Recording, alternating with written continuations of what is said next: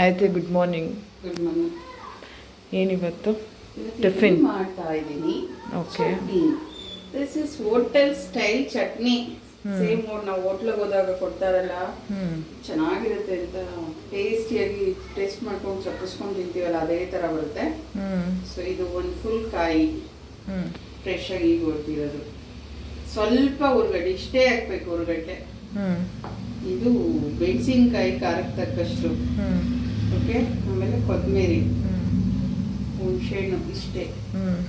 So salt.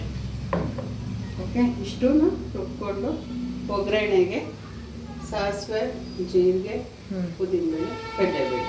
Okay. Okay. ಇವಾಗ ನಾನು ರುಬ್ಕೊಂಡು ತೋರಿಸ್ತೇನೆ. ಇದೊಂದು ಫುಲ್ ಕಾಯಿ ಹಾಕಿದ್ದೀನಿ ನಾನು. ಹೊರಗಡೆ ಒಂದು 2 ಟೀ ಸ್ಪೂನ್ ಅಷ್ಟೇ ಹಾಕಿರೋದು. ಇದು ಮತ್ತು ಹಸಿಮೆಣಸು ಖಾರಕ್ಕೆ ತಕ್ಕಷ್ಟು.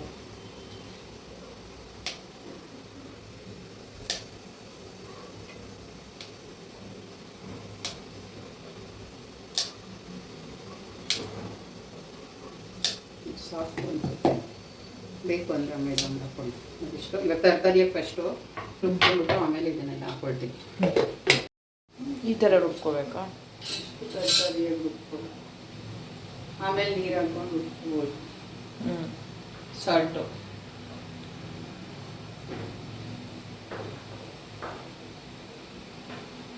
ಸಾಕು. ಇವಾಗ ಉರ್ಗಡ್ಲೆ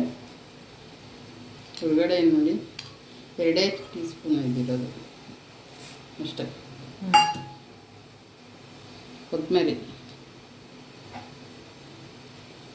ಹುಣಸೆಹಣ್ಣು ಇಷ್ಟು ಹುಣಸೆಹಣ್ಣು ಹಾಕ್ಕೊತೀನಿ. ನೀರು ಹಾಕ್ಕೊಂಡು ರುಬ್ತೀನಿ. ಹಾಕ್ಕೊಂಡು ನೋಡೋಣ ರುಬ್ಬೋವಾಗ ಗಟ್ಟಿಯಾಗಿ ಈ ಥರ ರುಬ್ಕೊಳ್ಳಿ. ಓಕೆ.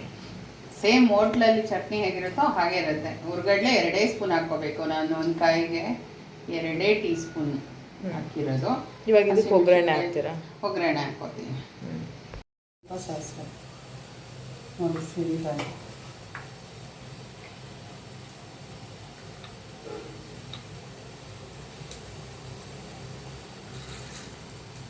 ಉದ್ದಿನಕಾಳು, ಮೆಣಸಿನ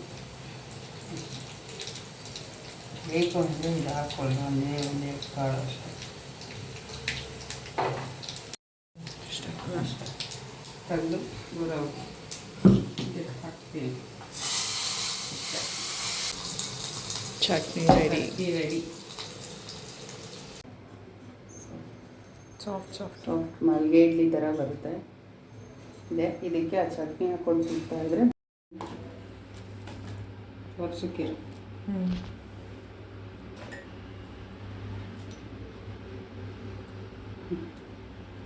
ನೋಡಿ ಮಲ್ಲಿಗೆ ಹೂವು ಥರ ಇರುತ್ತೆ.